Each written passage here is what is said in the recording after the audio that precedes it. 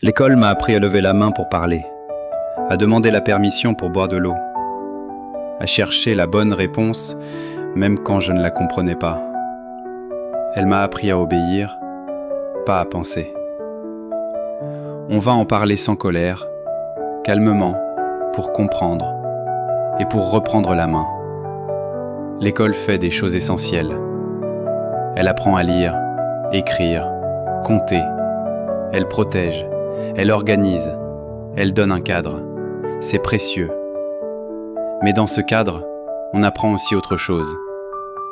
On apprend à s'asseoir quand la cloche sonne, à se taire pour être sage, à mémoriser pour le jour du contrôle, à viser la note plutôt que la compréhension. On confond réussir et comprendre, répéter et penser. Penser, ce n'est pas remplir une copie.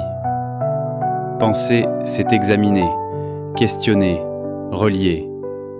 Parfois, c'est déranger. Regarde les petits gestes. Lever la main, marcher en rang, aligner ses cahiers.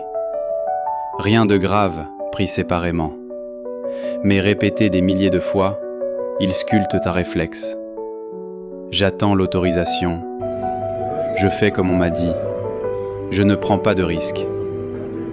La note devient la carotte. Le zéro devient la peur. Et la peur ferme le cerveau. On n'ose plus poser la question bête. On n'ose plus proposer l'idée étrange. On n'ose plus contredire ce qui semble évident. Il existe deux programmes. Le programme officiel et le programme caché. Le programme caché dit « L'enseignant a raison par défaut ». L'erreur est un défaut à éviter. L'évaluation vaut plus que le chemin. La compétition vaut mieux que la coopération. On découpe la réalité en matières séparées, comme si la vie dehors se présentait en chapitres isolés. On forme des esprits brillants qui hésitent à penser par eux-mêmes. Ce n'est pas un complot, c'est une histoire. L'école moderne a été pensée pour un monde industriel. Des horaires, des sonneries, des lots d'élèves, des consignes standards. On avait besoin de ponctualité, d'ordre, d'exécution. Ce modèle a rendu service, mais le monde a changé. Aujourd'hui, on a besoin d'autre chose. Comprendre, créer, relier, s'adapter. Le problème n'est pas l'école. Le problème, c'est de rester figé dans un modèle qui ne correspond plus au réel. Obéir est étudier. Ensuite, la méthode des 5 pourquoi. Prends un fait. Pourquoi? Pourquoi encore? 5 fois. Puis donc, qu'est-ce que ça change vraiment pour moi, maintenant? Apprends la contradiction honnête.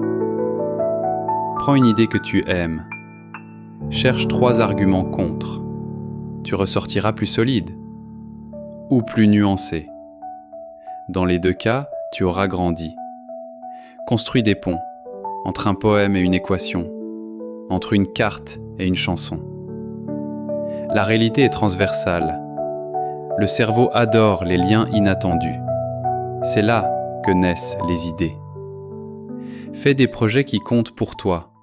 Un potager sur un balcon, un podcast de 5 épisodes, une mini-enquête dans ton quartier, une vidéo qui explique quelque chose à quelqu'un de plus jeune que toi. Quand tu crées, tu penses. Quand tu expliques, tu penses mieux encore. Garde une place pour l'erreur. Une erreur, c'est un instrument de mesure. Elle te montre où ta carte ne correspond pas au terrain. Remercie-la, corrige, continue. Lis lentement.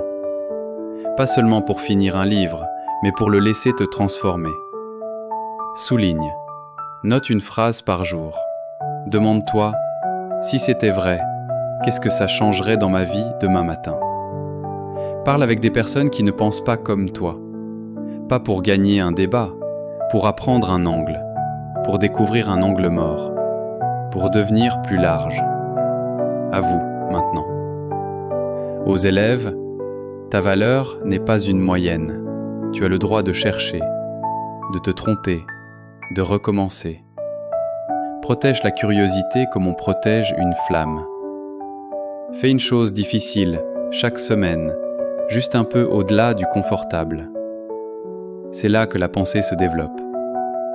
Aux parents, ne demande pas seulement quelle note. Demande qu'est-ce que tu as compris, qu'est-ce qui t'a surpris. Lis avec eux, cuisine, bricole, jardine. La pensée a besoin des mains. Montre que l'effort compte plus que le résultat d'un jour. Aux enseignants, vous êtes au cœur.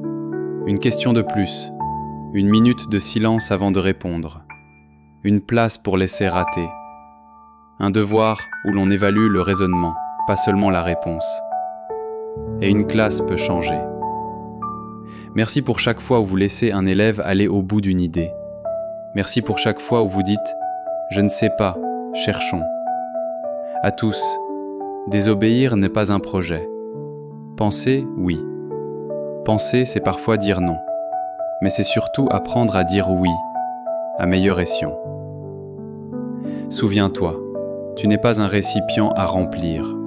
Tu es une flamme. Si tu as oublié comment on pense, recommence simple. Une question par jour, un paragraphe souligné, un point entre deux idées, un projet trop petit pour impressionner les autres, mais assez grand pour te transformer. Tu verras, la vie change quand on recommence à penser. Elle devient plus lente, plus dense, plus vraie. Tu respires mieux, tu écoutes mieux, tu aimes mieux. Et alors obéir reprend sa place. Un choix, pas un réflexe. Un outil, pas une identité. Penser n'est pas s'opposer à tout. Penser, c'est se tenir debout. C'est regarder le monde en face. C'est dire « je veux comprendre » et ensuite « je vais agir ». Alors commence aujourd'hui. Fais ta première question. Écris ton premier pourquoi. Construis ton premier pont et n'arrête plus.